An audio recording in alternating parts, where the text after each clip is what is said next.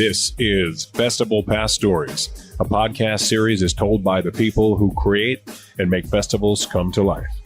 You will go behind the stage, kitchen, or studio door to hear the stories of passion and inspiration that started some of the world's most beloved festivals. Hear the startup stories and how an idea went from what if to what's next. Okay, friends, welcome back. This is Festival Past Stories. We take you behind the stage, the studio, and the kitchen door. And in this case, we are taking behind the songwriter and the musician door to talk with a guy who knows what it's like to chase your passion. And that is his motivation to keep chasing the music dream. He has music in his life every day. It is the dream of many people. He's here to tell us more about it. Please say hello to my guest, Andy Thomas. Andy, I am going to start with a I said this wouldn't be a hard-hitting interview, but I am going to start with what I think is the toughest question of 2020. Hopefully this doesn't take us the entire time to answer this one, but how are you?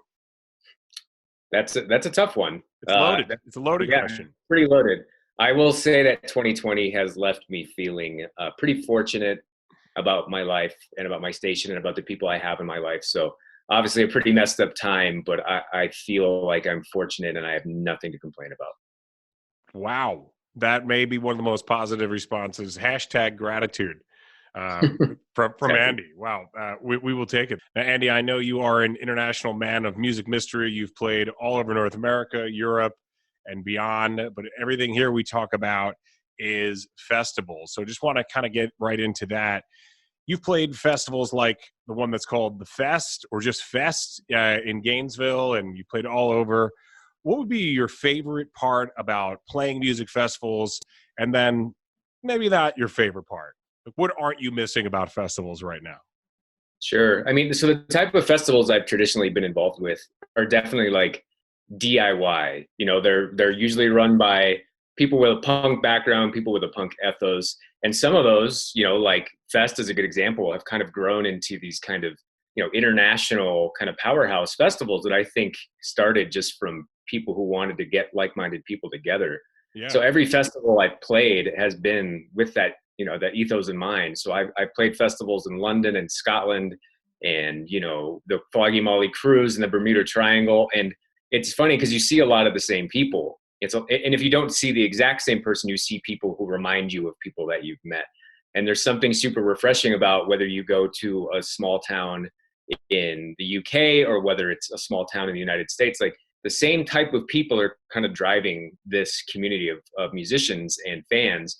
And I just think, in having been and played other larger festivals like South by Southwest, in a comparison to something like Fest, like the people are there to see music at these small festivals, and they're not there to cause trouble.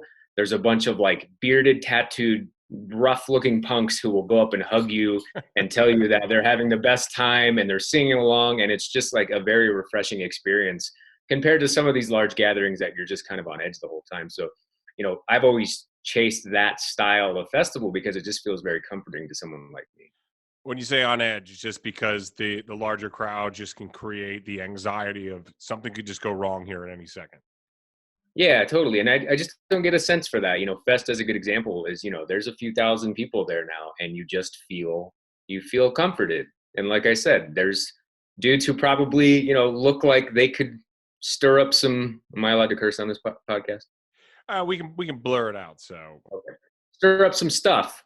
But you know, they're very gracious people, and they're very, you know, passionate about music, and like I said, that's what I look for in these festivals. Now, I saw some videos of you on the road, or I should say on the water, and you mentioned that there for a moment. You did a punk rock cruise with Flogging Molly. First of all, I got to hear more about the genius of the idea behind taking punk rock on a cruise on the water. The last thing I think of when I think of punk rock is a cruise. I think of middle-aged people and retirees on cruises. I don't see Doc Martens sponsoring. Oh, they're not a sponsor of this podcast either, but I don't see Doc Martens, for instance, sponsoring a cruise. Yet you were involved in this cruise with Flogging Molly as an Irish American and somebody who loves the Flogging Molly music. I got to hear the story. How did this come about? How did you suddenly get involved with this? And what were you thinking when it was, yeah, I could hop on a boat for X number of days or weeks or months and just ride around with some punk rockers. Yeah, this sounds like a lot of fun. Yeah, I mean, it was wild. And then speaking of Irish music, I should probably point out I'm wearing my Anna's Anchor shirt, which is a band from Limerick, Ireland that I've toured with before. Okay. Anna's Anchor. So We'll have to. I'll check them out just for the merch. I like the tea.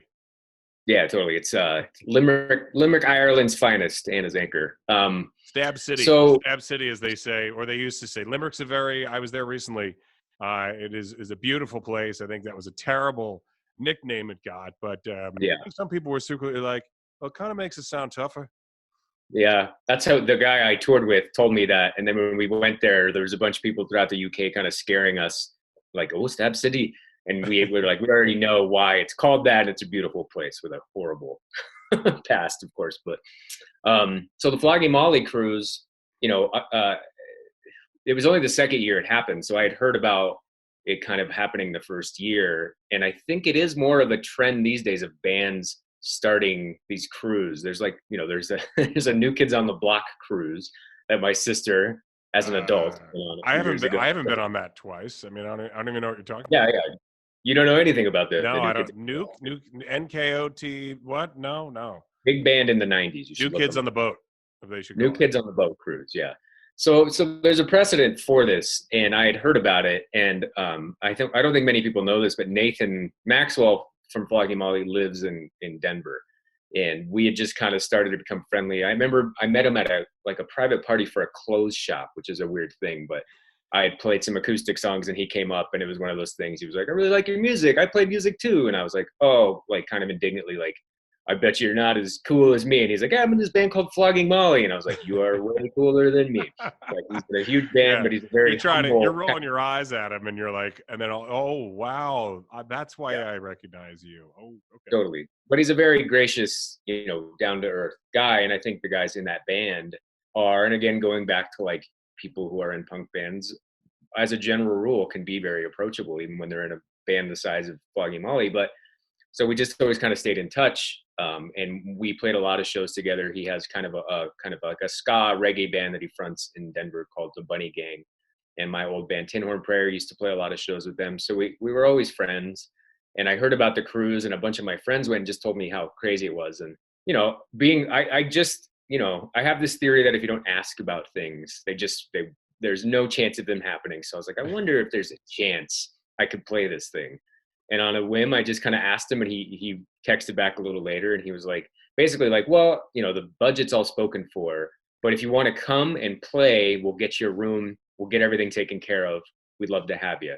And I think maybe he thought the barrier of me not getting paid was enough for me to be like, "Well, but I've never made much money playing music, so it wasn't really, you know, a barrier for me. I've always played music and done things for the experience of things. So knowing all this, the experience was big enough to just, you know, not take the paycheck and get the free cruise. And I'm glad I did it. How long were you on the cruise for? So I think the whole thing was 3 nights. So I think you boarded, and then there was 3 nights, basically 2 nights of like the music festival, and then I think a day back of travel. We boarded in Miami. And then the first night, I don't think there was music. You're just kind of hanging out. And then the next 2 nights was like pretty heavy music. And it is like a floating music festival. So, you know, every year they get probably 20 to 30 bands. And those cruise ships are just like, you know, there's cities on water. Yeah, there's gigantic.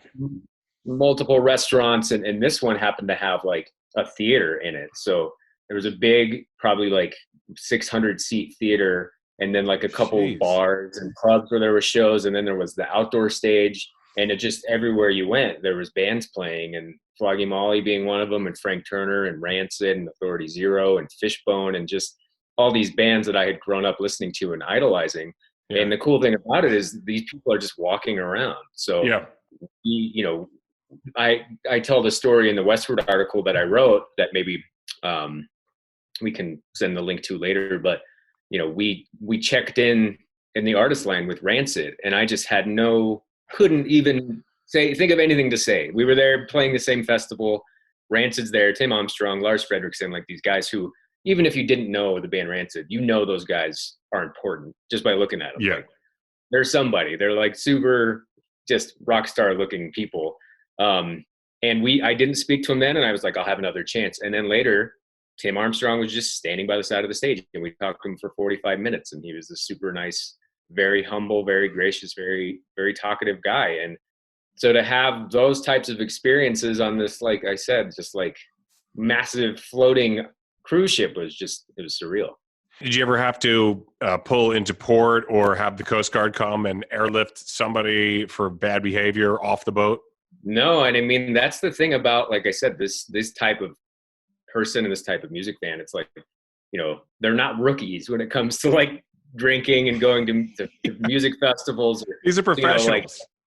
These are professionals. And it was all inclusive for everybody. So it was all you could drink. And everyone was definitely imbibing, but no, like I said, no issues. We kept joking someone was going to fall off the boat day one. But of course, nobody did, and no one fought each other, and no one got in an argument. It was a good vibes all the way around. Slightly disappointing as well, I'm sure. You're like, there's just very, very little violence. It was just kind of disappointing. But also, you've got like-minded individuals. They've invested in this, so they don't want to fight. They don't want to get kicked off this thing. They're like, we're going to be here for the long run. Would you do something like that again? Yeah, I mean, I think I would. I mean, I think it would have to be that type. I think it'd have to be that cruise, like it would have to be for me to feel, I'm a kid from Colorado. I'm not used to being on the water as a general rule, or, being shoved into the quote unquote Bermuda Triangle, but they're still doing it. Absolutely. And, I've kind of made lighthearted attempts to get on it again, but it's become like a pretty big ticket item for artists. I think Nathan last told me they have like a waiting list of 100 bands deep. So the fact that That's even got in first place was, and I heard it sells. Yeah. And I hear the at least this cruise sells out months in advance. People, when the tickets go on the road on sale, obviously this year it wouldn't be happening, but tickets go on sale and they are gone right away. Yeah. So it's a big thing. I think it's like a lot of the, whether it is fest or these annual things that kind of people circle on the calendar and really look forward to. I think it is something that people I know people that have gone every year that they've had it. People who aren't playing, just people who want to go see it, because it's a vacation. You get to see some beautiful stuff. Like, it stops in the Bahamas, and it's this beautiful, gorgeous, scenic cruise in general, and it's super fun. And the trappings of cruises in general are they're kind of, without the right people, they're kind of lame. Yeah. And you stop the Bahamas and everybody, you lose 5 people at the Atlantis. They're like, I'm just going to sit here and play blackjack. Just get back on the boat. I'll find you in a couple of days. Totally. I mean, that's the thing. It's like, they're kind of like these homogenized touristy things. They send you to, I've been on other cruises that weren't the Flogging Molly cruises, where they take you to some port and there's like a bunch of the same tourist shops, and you get on and you don't even realize what country you're in. It's the same stuff. And, so it's that part of the experience is probably not something I would replicate a bunch, but getting to play music in that setting with those types of people watching and with those bands, I would do it again in a heartbeat.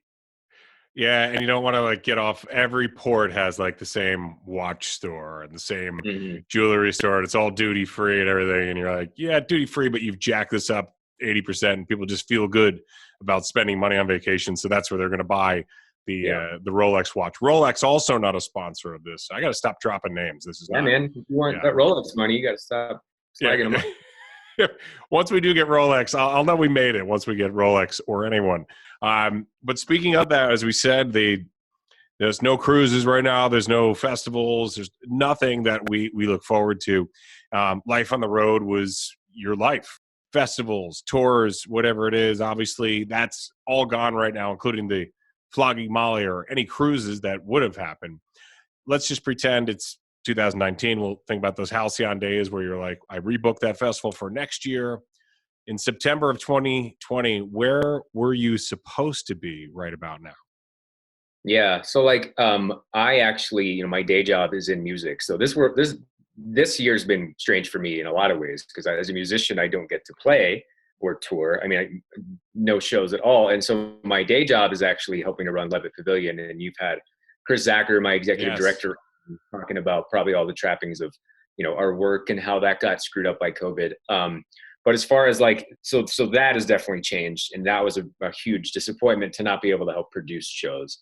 As far as like me as a touring musician, like I'm getting to the stage where like touring was harder and harder for me. Yeah, I did 3 weeks in the UK a couple years ago, and that was kind of the last big tour I did. And it was just, it's harder when you're pushing 40, and not every festival, not every show is the Flogging Molly cruise. There's some kind of real, soul examining moments when you're out on the road. And that's for every musician. sure. But having said that, I'm still super active with music, and COVID has actually made it so I can focus on writing a lot more music. So out of the 3 bands I'm currently in, there's 3 albums coming out in the next 6 or 7 months that I've been really lucky enough to be able to focus on those things. And one of those is with my wife. It's called Lost Walks. It's like a really high concept kind of rock opera about wolves that takes all kind of a lot of thought. Wow. And so, being able to, we just wrote the prequel to that story. So it's like a Star Wars trilogy where we started with the 3rd episode. Now we're working on the 2nd. And I think the thing about playing live and touring is it does kind of, it in a way, if you don't really schedule it out, especially when you're working, like it does take away from some of the creative elements of music, because touring is so hard. And I have a friend, Matt, in Boston, who has a joke that he's like, I'm not a songwriter, I'm an email writer. He just emails people all the time because he wants shows and he wants tours. And your creative, side can suffer. So again, I don't want to say that like COVID is a positive, because it's obviously not for anything, Sure. especially music. But one positive is that it's allowed, hopefully, me, especially people, time to like focus and sit down and sit with their craft. And then by the time we're all ready to play shows, hopefully all of us can come out with this kind of new sense of urgency and some time to sit with these songs that we care so much about. So, I think you look at any renaissance in the world, something horrible happens and art kind of flourishes out of it. And I'd like to think that other people are taking this time to really focus on their craft. So when we're able to showcase in front of people, people are blown away by it. Amen. My main business outside of this podcast, I'm an auctioneer and an MC, so I'm used to being in front of crowds of 500 to 1,000 people, Yeah. selling stuff at a high pace, in your face kind of selling. And when everything started getting canceled because of COVID, people were like, we still have to raise money. And I was like, well, we had to figure out a way to do it through Zoom or through some sort of interface. And something that I've kind of become an expert on is now this virtual fundraising and like the technology behind it and everything. The words that are coming out of my mouth is like, well, now we're going to use a chroma key to set the scene. They're like, what are you talking about? I'm like, I don't even think I know what I'm talking about. But what I do know is that this has been a time where a ton of business got canceled, but I found new business because we were able to pivot. There's your quarantine word of the day, pivot, as everybody's used. But I've been able to really help organizations out there raise money in a time where when they weren't having their gala, like a lot of places that have these galas, they depend on that for like a half of their budget or a third of their budget for the year. Then when they don't have that they've got this hole in the budget. Now, if it's like a museum or a public place like that, where if they reopen, they have all these new expenses where they have to have these stickers on the floor to tell people to be 6 feet apart. Everybody has to have masks and gloves and hand sanitizer everywhere. And this stuff, it's like they're budgeting this out. It's like, this is going to cost us an extra 10 grand next year. We were not expecting that. Plus, we need to have extra security. We need to spread things out. We can only have a certain amount of people in. So it's like we're bringing in less revenue, and we have to spend more on expenses that we didn't see. I wouldn't call that a blessing either, but it's definitely, there's some people in my business that just said, I think I'm going to take a break. I think I'll just take 6 months off and whatever. And I was like, send your clients my way.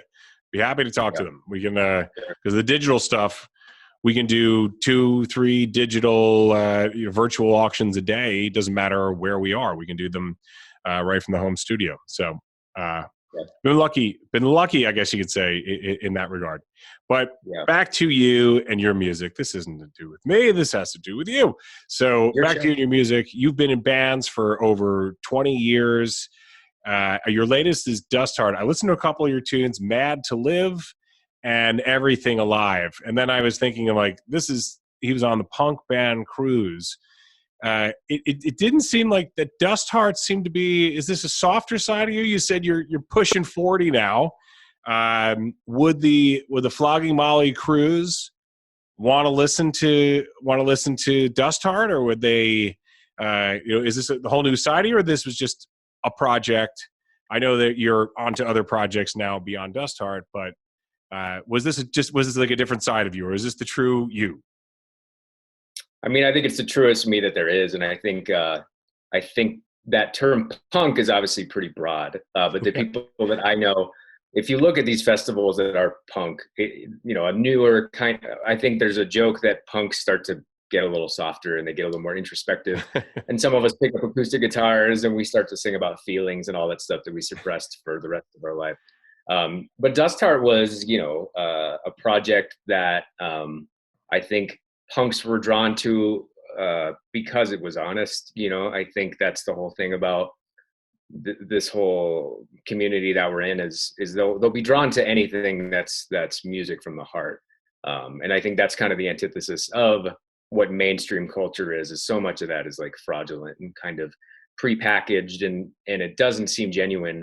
So I think genre aside, I'm a guy who plays music like Dustheart that is a little more softer, but also will listen to, Mastodon, and we'll listen to, Blood Incantation one day, and then I'll go back and listen to Ryan Adams. And I think there's kind of like, and that's why I have a hard time answering genre questions or music I'm into, and I name certain bands that I like, and I think I have certain people that get it and kind of listen to similar stuff, but I think at its core it is kind of like that authenticity that is lacking in a lot of genres. And whether you're playing an acoustic guitar or you have an SG through a half stack, I think that can still kind of contain similar themes and similar ethos across, regardless of genre. Now, this rock opera, this is something new for you. Is there anything like a rock opera fest out there, or would this be something that you guys would do as just a single production between you and your wife? Yeah, I mean, it's a full band. It's a 7-piece band, so that's actually a pretty loud band. I would love it if there was a rock opera cruise. We'd be the first ones on it. I think that's the funny thing about, Lost Walks is a pretty dark, ominous band that sings about some pretty heavy stuff. So maybe it won't translate really well to kind of a lighthearted cruise setting. And it's funny, there's a band in Denver called Bad Year that has some of my friends in it. They're a pop punk band. And they wrote a song called Dustheart about me being on that cruise, because I think the joke was like a lot of my songs were kind of depressing and sad, and the singer Casey kind of envisioned this kind of world where I'm singing about these really dark, depressing things and the sun's out. So the chorus of that song is "Promise Thomas to try to enjoy the sun." So all right, I think Lost Walks would have to really take a step back and enjoy the sun while singing about very dark subject matter. Now, just thinking of things we would have been doing right now, places we'd be going. Did you ever have a favorite music venue? Like, I know you're partial to Levitt Pavilion, so we'll talk about that in a second. But was there a place where you're like, man, this feels like home? Place you felt like you had a home field advantage, so to speak? Yeah, I mean, it's funny. I've played Scotland a handful of times now, and so I was born in Denver, but right afterwards me and my family moved to Edinburgh, where my dad went to grad school for a couple of years, and I don't remember any of it, but it was weird saying on stage the last time we played in Edinburgh, like, this is the only other place I've ever lived in was Edinburgh. So Scotland, there's a buddy of mine who I'll put you in touch with named Deeker, who runs Book Your Anfest in Dundee, Scotland. And so like, and that was the first place I played outside of the United States was in Dundee. So that place for sure feels very comforting to me. And Scotland in general, well, as weird as it sounds to say, like, that's my home away from home. I have the only other connection I have to any other place is Scotland and Edinburgh specifically. So when we were able to play there, that was a real special moment for me. I know you said it was a while ago and you really don't remember that much of it, but do you remember the love for the soccer teams that they had, Celtic and Rangers and any of that kind of stuff? I mean, that whole culture is kind of, when we were in the UK, it's a culture of people that we don't really have in the United States. They're soccer fans, but I don't know, it doesn't seem as like the fans aren't as diehard, but we'd be in these towns in the UK and in Ireland, and we just see these like hordes of like big, bald, scary looking dudes walking down the street, and it's because a soccer match or football match got out. And they were just like, everyone I was with, like, don't be on the street. If Yeah. your team loses and you're in their way, just stay out of the way. They're telling punk rockers to stay off the street. You know it's tough. But yeah, I work with an organization in Glasgow called for Celtic Football Club. They have a foundation, so we're actually doing a virtual fundraiser for them in a couple of weeks, which should be fantastic. Rod Stewart is their number one fan, so Rod is involved. He was actually at the live event in New York last year and participated in the live auction with me, which was just a highlight of my auction career.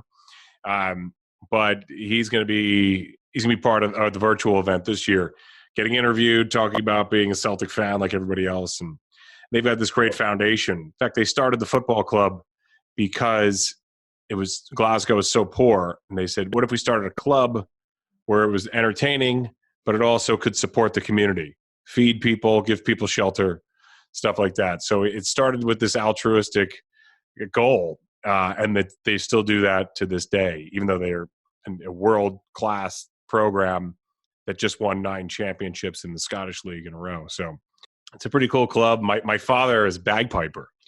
My father used to play in the Edinburgh Tattoo. So he went probably about five summers in a row. They went over to Edinburgh, Scotland. So that was I never went with them. I've actually never been to Scotland. I've way too many stories about Scotland for somebody who hasn't been there. So shame on me.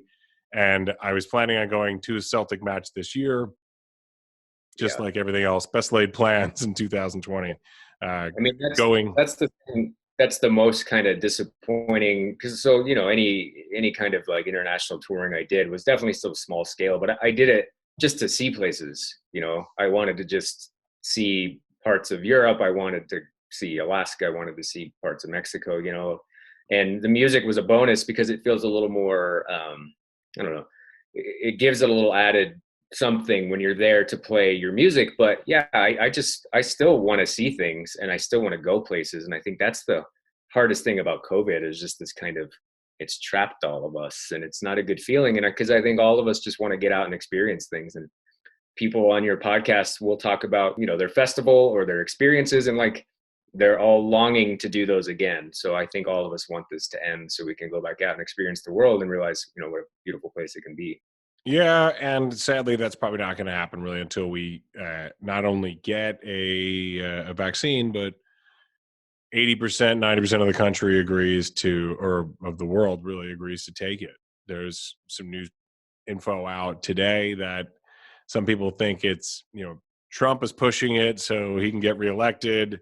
And then the pharmaceutical people don't trust big pharma. And it just sucks that this is being turned into a political football. If that vaccine's ready today and has been tested out, I know they still have some more testing to do, but Johnson & Johnson seems pretty advanced. Another non-sponsor of the event. I've stopped dropping these names. Non-sponsor of the podcast, but Johnson & Johnson, they seem to be far along in their studies. There's a couple others along the way. So it feels like it's going to happen soon, but now people are saying that not, if at least 75, 80% of the population takes it, then we're being in good shape. But if they don't, it's a whole other story. So it kind of leads me into where you are at Levitt Pavilion. You work there, and you work with Chris, and Chris is part of NIVA, the National Independent Venue Association, which Chris and his friends at venues across the country, they came together so quickly and put this together. And now they have representation in Congress. But what do you think is going to be the future of these small music venues? I mean, they rely on obviously ticket sales and people being there. And in New York, next week we can start to have 25% inside at restaurants. But that doesn't mean that they're going to be opening the Bowery Ballroom to 25% audience for a music act.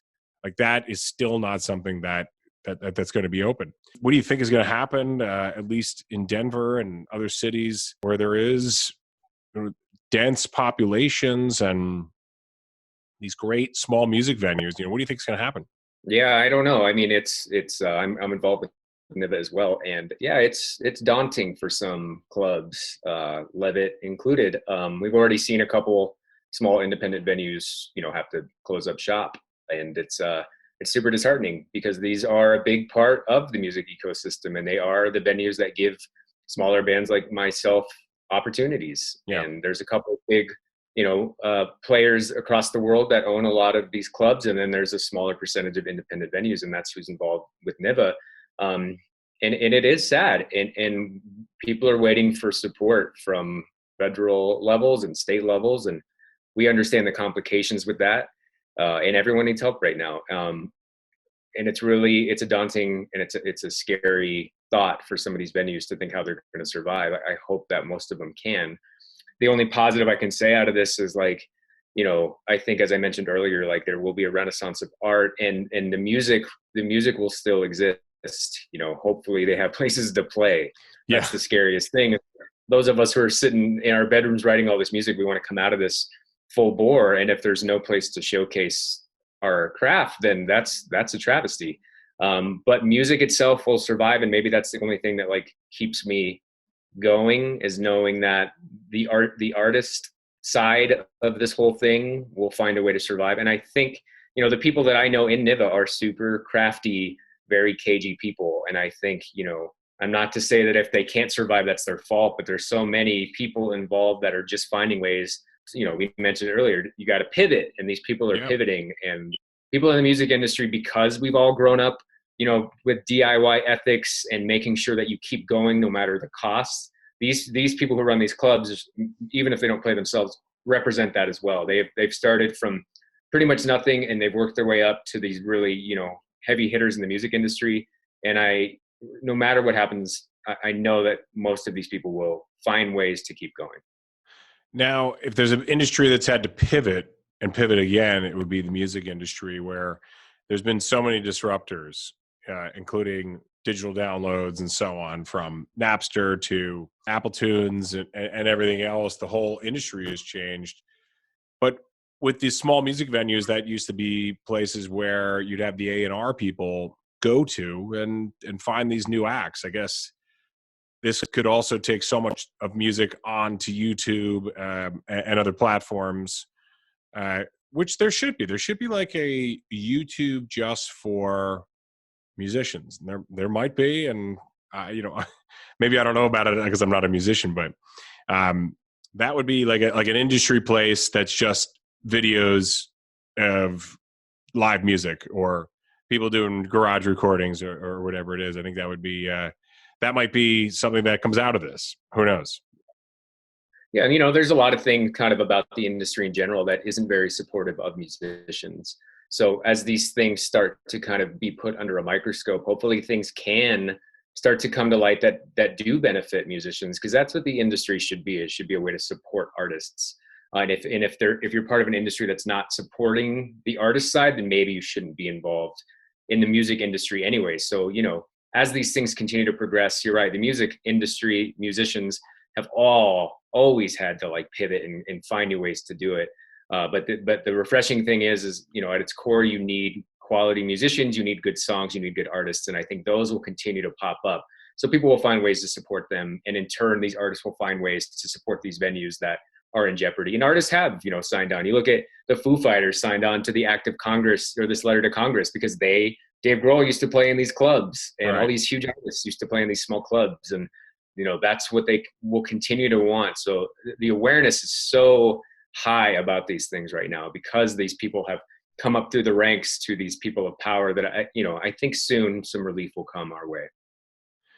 And when you have an influencer like Dave Grohl, people are finally they'll at least invite him to Congress because they want to meet the guy. And it's well, I've got a couple things I need to talk to you about here, Mr. and Mrs. Congresswoman. I need to tell you a few things about artists and the music industry. So besides spending your time and using this time wisely to perfect your craft and work on new music, have you found any other superpowers during COVID, during lockdown? Are you an undercover chef, or have you learned a new language? I mean, Sometimes when you hear people from Scotland talk, you think they are speaking another language, so you didn't have to perfect your Scottish. But was there something else besides the music where you said, now that I've got some time, I would really love to do this particular thing? Well, I don't want to muddy up the waters, but I did start a podcast. That's fine. Okay. So did I. Podcast, yeah. And that's called My City, My Scene. And that kind of ties into it. Actually, I started the idea before COVID, but when COVID started, I really kind of nailed it down and did all my interviews. But it's me interviewing people in other countries about music. Very cool. So I did interview someone from Scotland, and I've interviewed people from Japan and Egypt and Africa and a few other places, because I missed traveling and because I felt disconnected from people. And that made me feel, really close to people because everyone was in lockdown. It was the one time where you could talk to someone who lived in Cairo and say, "What are you up to?" And they'd say, "I'm in lockdown." And we'd say, "Me too." And, we didn't talk about it much in the interviews. And hopefully these interviews will come out kind of early in January because I'm still in the editing process. But that was something I focused on, but it was a way to kind of connect with people in a way that I couldn't because of COVID. And I still long to travel. Maybe if I'm not touring as much, I have this way. And so hopefully when it comes out, people will connect with that because, if we can't make it to Egypt on a plane, hopefully we can do that remotely and we can just learn a little bit about what people's culture like and the type of music they're listening to. With My City, My Scene, what's happening in the Denver scene right now? Denver has become kind of like a really great music city over the years. And I think back on it a lot from when I started playing here in 2002 or 3 or whatever, not to date myself too much, but there's definitely a smaller collection of bands and you kind of see the same bands over and over again. And I was, comforted by that because it was just, I got really close with people and it felt really insular and small. But Denver has a ton of bands now. And even as someone who plays music every day and has written for Westword and was a music journalist and books a music venue and all these things, like there's bands out there who are doing great and touring and I have nothing about them. And then they come to our venue and a bunch of fans show up and I'm like, who are these guys? Like they moved to Denver like 2 years ago and they're already just at this really high quality. So, it's exciting as a person who works at a music venue and as a journalist and as a fan of music, that's the place you want to be. As a musician, having to compete with all this, it's like, as a 40-year-old musician who's like trying to still stay relevant, it's a little daunting. But Denver musicians are lucky because it's still a small enough city where you don't feel swallowed up, but it's big enough where there's tons of opportunities and bands come through here all the time. So if you want to open for a big national at the Bluebird or Levitt Pavilion or the Gothic Theater or these really great places that we have here, like those opportunities are available more so than in New York or Los Angeles. But like I said, small enough where you can feel like you're getting your footing as an artist. Yeah. And that's obviously another area that's been affected. Journalism, at least music journalism. What are the fans looking for right now during COVID? I mean, has this been an opportunity for more music to be released or are people holding back? That's a good question. I think musicians are really thinking about that because there have been some albums released, because they wanted to get them out and they didn't want to sit on them. But it's a weird thing to put the last thing you're supposed to do as an artist is release an album and not tour on it, especially release an album and not play a single show. But also albums are supposed to be kind of documents at a certain time in your life. So I think Jason Isbell was talking about how, he released that record right when COVID started. And obviously he can't tour either. He's in the same dilemma the rest of us are. But he said that this is what I was thinking about at the time. So it's dishonest to hold on to that for a couple of years and then release it and then you're over it and you've moved on and those subjects don't resonate. So I think he set the standard for doing that. And I think it helps music fans to have new music. So I would encourage artists, if you're done with a record, like get it out, people still need it. And that's music, right? It's like, there's some songs that are evergreen and there's some songs you listen to and you're like, wow, that was definitely about that time and place. There's so much subject matter going on right now between social justice or injustice issues, COVID, environmental stuff. Right now, what we're seeing on the West Coast, closer to you than to me, but really seeing all over the country. I mean, today it's late September and it's 75 degrees out here. That's a little bit unseasonable right now. So I think there's going to be some great new creative music, books, plays, movies, and so on coming out of this. I'm excited to see it. But Andy, how can the Festival Pass folks, how can our members find out more about your music? I know you have the podcast, My City, My Scene. Friends, go check out. We promote other podcasts. We must do this. But besides My City, My Scene, which can I find that on iTunes, or where can I find that? You will be able to soon. It's not quite out yet. It's still in the editing process. But yeah, My City, My Scene. And also, if you want to check out my writings, you can go to westward.com, and you can bring up my author page by typing in my name. I'm not the best personal brander, but if you look up Lost Walks right now on Instagram or Facebook, we have a pretty good following. And then lostwalksband.com has all of our music on it. And soon we will hear the rock opera from Lost Walks. So the second part, the first part is on the website. It's called Wolf, Woman, Man. So we'll release the second part of the rock opera soon. Part 1 of the rock opera is available now. Part 2 will be available very soon. So we look forward to that. Ladies and gentlemen, friends of Festival Pass and festivals everywhere, this is a man who's been playing festivals for 20 years. He can't wait to get back to them, and we can't wait to get back to festivals either. Andy, thank you so much for your time. And friends, we will see you next time on Festival Pass Stories. Take it easy. This is Festival Pass Stories, a podcast series is told by the people who create and make festivals come to life. You will go behind the stage, kitchen, or studio door to hear the stories of passion and inspiration that started some of the world's most beloved festivals. Hear the startup stories and how an idea went from what if to what's next.